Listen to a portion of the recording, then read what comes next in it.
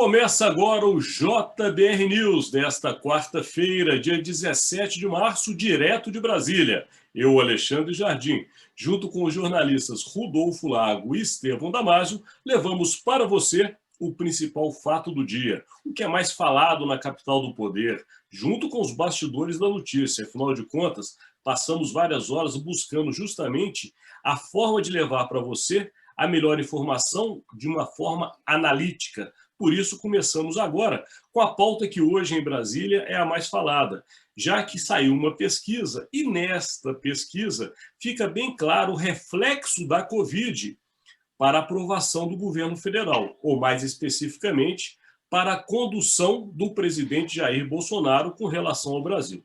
E isso também leva a algumas situações muito críticas em alguns estados e até cidades importantes do país, como a desobediência civil. Enfim, nesse contexto todo, iniciamos então o JBR News e vamos até ele, Rodolfo Lago, para nos mostrar aí os números desta pesquisa. Está contigo, Rodolfo. Pois é, Alexandre, Estevão, nossos amigos, nossos seguidores, essa pesquisa que foi divulgada hoje pelo Datafolha, ela parece mostrar uma relação direta mesmo entre a condução da crise da pandemia da Covid-19 e a popularidade do presidente. É verdade que também se pode avaliar aí um pouco essa queda pelo fim do auxílio emergencial.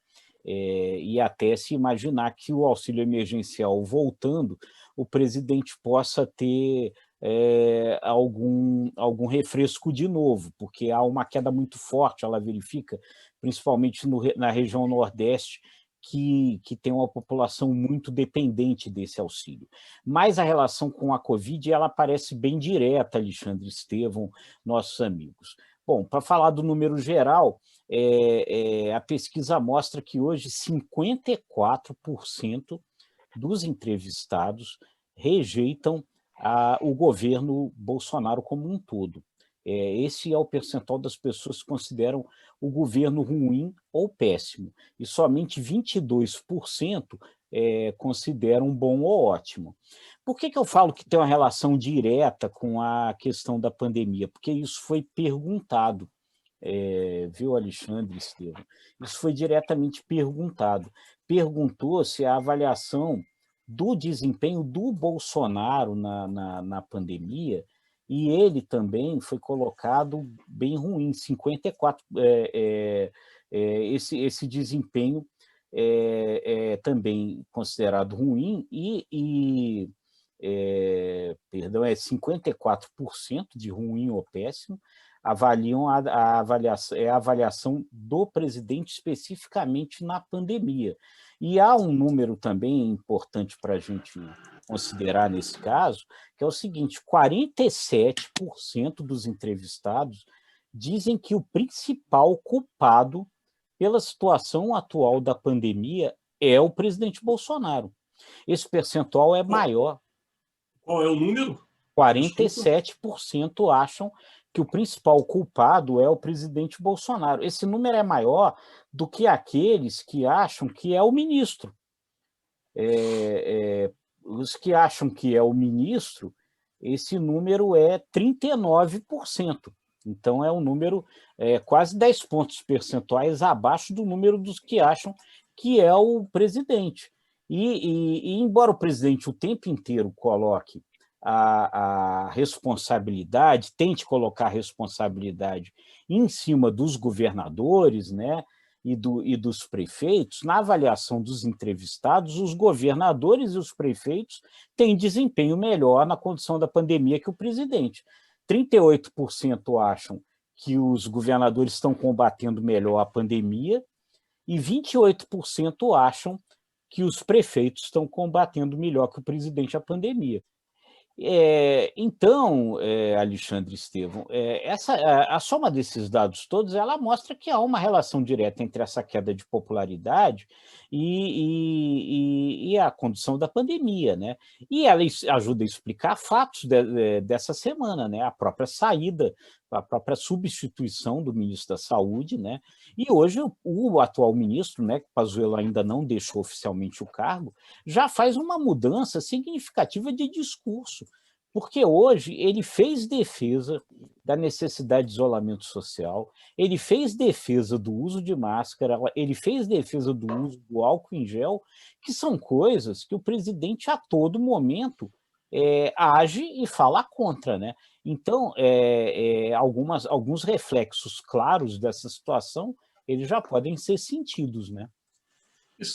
Rodolfo, só para esclarecer, você disse que o Pazuello defende tudo isso que você acabou de dizer, ou o novo ministro? Não, o Pazuello hoje, porque o Pazuello ainda é o ministro, né? Ainda não houve a troca, só houve o anúncio da troca. Bem lembrado, bem lembrado. O Pazuello, hoje de manhã, deu declarações nesse sentido, dizendo que ele estava repetindo o que dizia o seu sucessor, mas ele também defendeu essas mesmas coisas. Isso chama muita atenção, né, Estevão Damares? Porque olha só, como é que são as coisas. A partir da hora, como bem lembrou o Rodolfo, ele ainda é ministro, mas ele já se sente desobrigado da função, porque já existe um novo ministro trabalhando, que terá a posse em alguns dias, ele já começa a revelar, né, informações as quais não revelava antes, ou declarar posicionamentos que talvez ele fosse constrangido de dizer anteriormente. Olha que coisa que chama bem a atenção. E dentro disso também, que o Rodolfo falou, chama muita atenção, Estevão, porque, de fato, 47% da população responsabiliza o presidente diretamente no caso do combate à Covid, e 54%, é um número muito alto, fica entre ruim e péssimo com relação à aprovação do governo. De fato, isso que a gente tem dito aqui é um alerta para dentro do próprio governo. Então, está contigo, Estevão Damaso. Esses números são muito ruins para o presidente da República, para a gestão dele, para o próprio governo, mas um reflexo político imediato que eu vislumbro aí, uma leitura que eu faço, meus amigos, é de que o presidente da República, com a divulgação dessa pesquisa do Datafolha, fica cada vez mais fragilizado e cada vez mais dependente de um centrão que é altamente racional, altamente fisiológico, e cujos líderes, entre os quais o presidente da Câmara, parece não ter ficado satisfeito, né, e não ter emplacado a indicada dele, né, a futura ex-ministra da Saúde. Então, é uma sinuca de bico que o presidente da República se encontra hoje, porque ele precisa, principalmente, desses deputados dos partidos que integram esse centro político, para aprovar pautas importantíssimas para o país e, obviamente, para a administração dele, mas para que isso aconteça, não só o centrão, os governadores, os prefeitos e boa parte da população precisam de uma resposta rápida. E aí que entra o grande desafio e o papel do novo ministro da Saúde. Embora ainda não tenhamos a data da posse marcada, e ontem eu alimentei muita expectativa com relação ao discurso de posse, ele ontem, ao lado, né, do ainda ministro Pazuello, fez um discurso que vai ao encontro do bom senso, né? Tudo bem que ele destacou que o isolamento, o lockdown, não deve ser uma política de governo, deve ser uma situação específica, anormal, especial.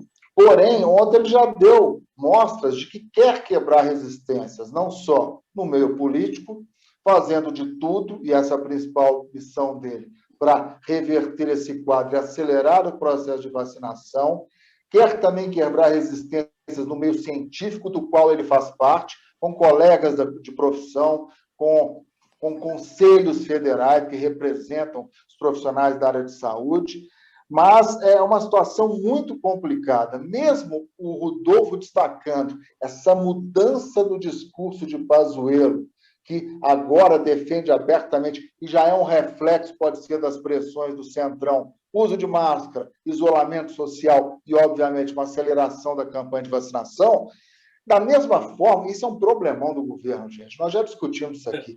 O líder do governo, na Câmara, o deputado Ricardo Barros, é óbvio que a situação é catastrófica em nível nacional, né?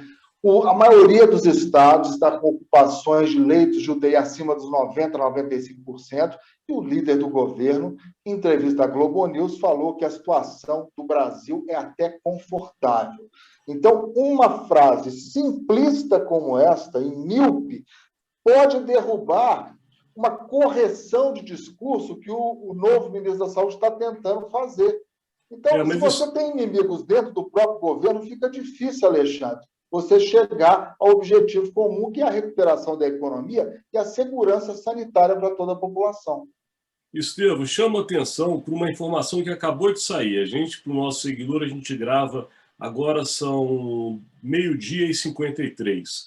E a informação acabou de sair. Olha só, a declaração do novo ministro Marcelo Queiroga, agora há pouco, na Fundação Oswaldo Cruz, no Rio de Janeiro. Olha só, abre aspas.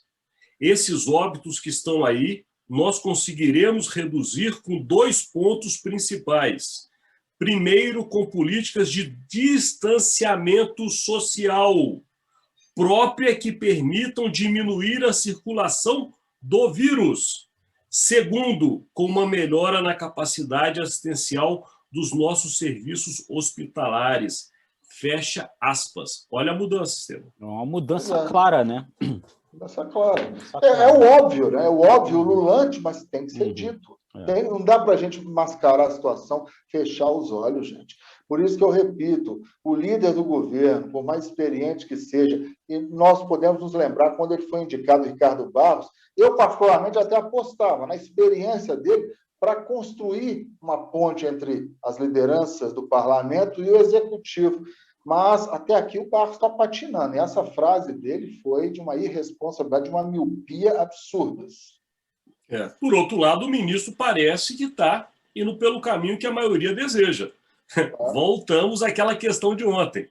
Será que o outro lado da esplanada, mais especificamente o Palácio do Planalto, vai gostar?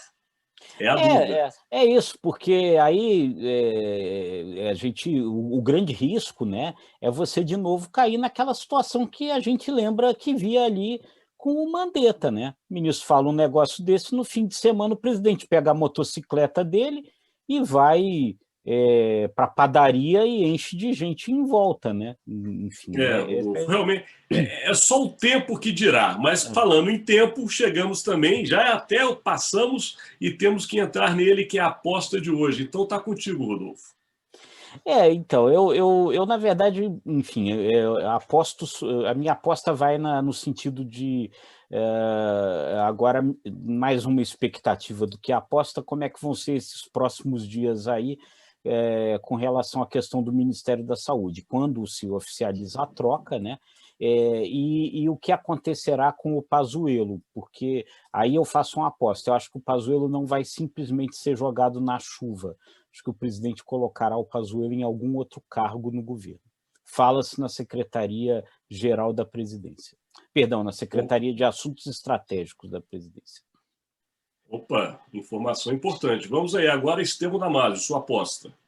Eu aposto também que Pazuello vai trabalhar ao lado do presidente da República, ele foi muito sacrificado, né? E essa Secretaria de Assuntos Estratégicos vai ao encontro de um perfil militar que ele possui e pode lhe dar ainda o foro privilegiado, já que ele está sendo ameaçado aí de responder a processos importantes.